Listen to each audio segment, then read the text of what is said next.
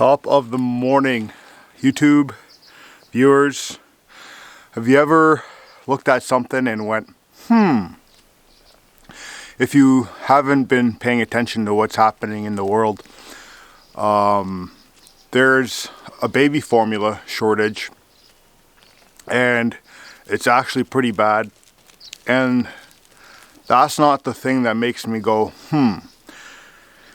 I'll be leaving links in the descriptions as always, and we'll get to what makes me go, The baby formula supply problem is getting worse. For months, stores nationwide have been struggling to stock up enough baby formula.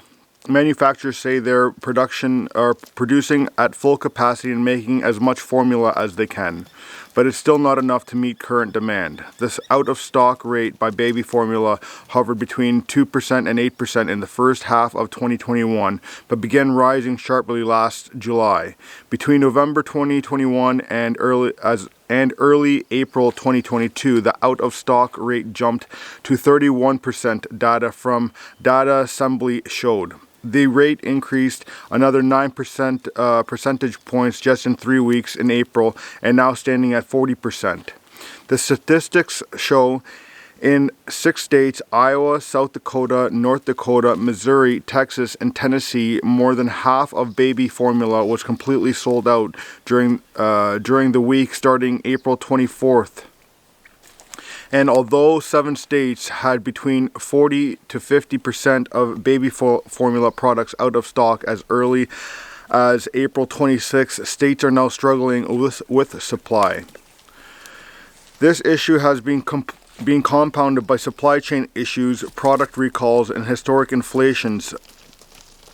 Unfortunately, given the unprecedented amount of volatility to the category, we anticipate baby formula to continue to be one of the most affected products in the market. One thing I'd like to point out here is when they say full capacity, that's typically nowadays when people say full capacity, that's including restrictions for those that are still operating under those means. But yeah, that's not good. 40 to 50% products out of stock as early as April 26th this month. And now this is the thing that makes me go, Bill Gates' climate change investment firm bets on lab-produced breast milk. Key points in this article is BioMilk is targeting infant nutrition by attempting to reproduce mother's breast milk in a lab.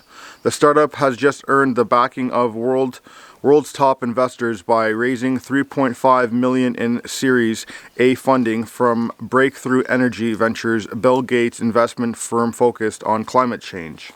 The co-founders hope that the breast milk produced by BioMilk from culturing mammary epileptic cells will help reduce the carbon footprint from the global infant formula. And now we got Beyond Milk, or Beyond Meat, and Impossible Foods are two of the top best known companies disrupting the food sectors. Now the pipeline of alt foods companies, including BioMilk and North Carolina-based startup that's targeting infant nutrition by attempting to reproduce mother's breast milk in a lab. And the last article, before I get into the things that make me go, is this one also just came out, and it's funny that this is happening at the same time that this data is being released. Baby formula shortage. Bill Gates supported BioMilk under development. Using the same tactics that we've used for decades to grow cells outside the body, we're able to reproduce the behavior cell. These cells have evolved over millions of years to produce components in quantities that match the baby's needs, Strickland said of her startup's process. The woman-owned, science-led, and mother-centered startup was founded in 2020 and has since garnered the attention of billionaire philanthropist Bill Gates, who owns a U.S. 3.5 million stake in the company. So this is what makes me go, we as adults, and the modern civilization already eat garbage food. And it's funny that this article says, the last one that I just read, says it's a woman-owned, but it's funded by a company owned by elites. So if you have a company, I own a company, and I have someone that comes out and is going to give me $3.5 million, am I going to usually argue with that person who's supporting my business? And the same goes for many news outlets. And I believe it's CNN or CBC up here in Canada that is a public company, or supposedly a public company, but it gets and it has gotten for years government support to the tune of, I believe the last one was $1.2 billion. So if you have someone that's donating or supporting your business, do you not think that you would tote that line that they want and not argue and say the things that they want to say and do the things that what they want to do?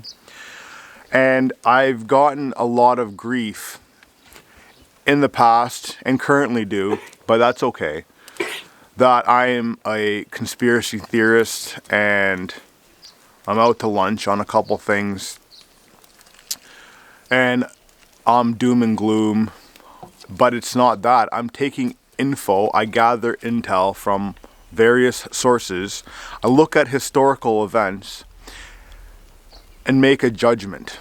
And this is a cause for these comments. However, we have a guy by the name of Bill Gates, who is now a doctor, who is a pediatric, who is now a nutritionist, who is now a farmer. He's a farmer. What are you talking about, Andre? Did you know that Bill Gates is one of the biggest landowners of farmland in the United States? And he is the one that is pushing a lot of this lab-based products. I've seen articles where he's drinking water made from human feces. And they're pushing these Beyond Meat burgers. Have you looked at the ingredients? They're calling it plant-based, but do you see what's in them? Especially for the men out there. Do you see what's in there? The amount of soy?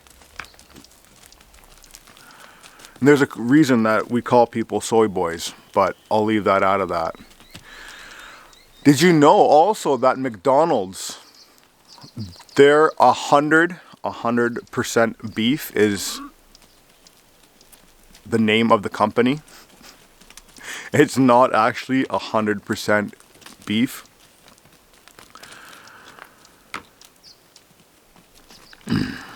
So